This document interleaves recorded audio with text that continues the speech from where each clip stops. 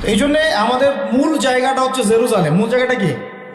ওইখান থেকে পুরো বিশ্ব ইসলামী খেলাফতটা কায়েম হবে সামনে, এটা হাদিসের মধ্যে আসছে। এবং আমাদের কন্টিনেন্টের মধ্যে খোরাসান একটা বরকতময় জায়গা। এটা কোন জায়গা সেটা আপনারা স্টাডি করে দেখে নেবেন। নবী সাল্লাল্লাহু আলাইহি ওয়াসাল্লাম হকপন্থীদের একটা জামা এখানে থাকবে এমনটা হাদিসে পাওয়া যায়।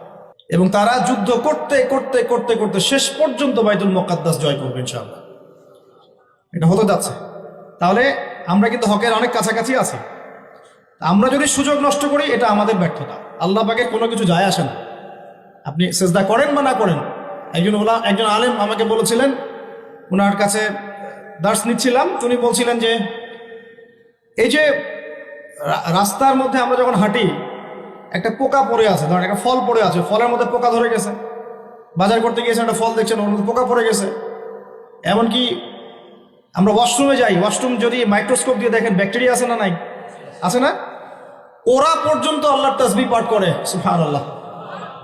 তো আল্লাহ পাক তো আমার নামাজের মুখাপেক্ষী না, আল্লাহ পাক তো আপনার নামাজের মুখাপেক্ষী না। আপনি পড়ছেন না, আপনি হতভাগা।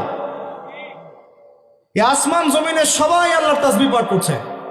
আমার আল্লাহ এত বড়, আমাদের আল্লাহ এত বড়, এত মহান, পুরো মহাবিশ্বের সমস্ত সৃষ্টি আল্লাহর তাসবিহ পাঠ করছে। আমরা না করলে কি যায় আসে? আমরা তাসবিহ তাহলিল না করলে, কোরআন তেলাওয়াত না করলে, সালাত না পড়লে, তাহাজ্জুদ গোজার না হলে, হালাল না খাইলে আল্লাহ পাকে কিছু যায় আসে না? যায় আসে?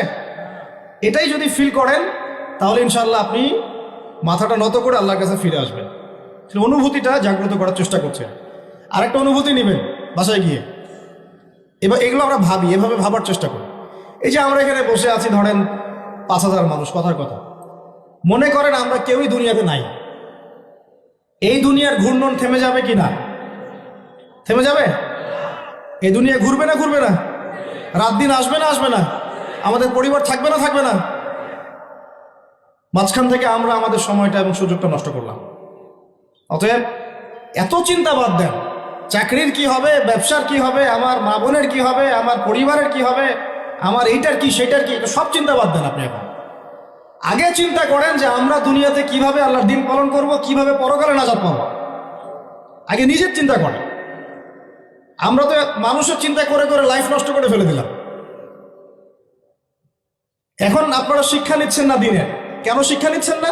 কারণ আপনারা চিন্তা করেন যে একটা সার্টিফিকেট দরকার, চাকরি পাইতে হবে। এই ফ্লোতে যেতে যেতে আপনার 20 বছর 25 বছর চলে যাবে, পরে আফসোস করবেন।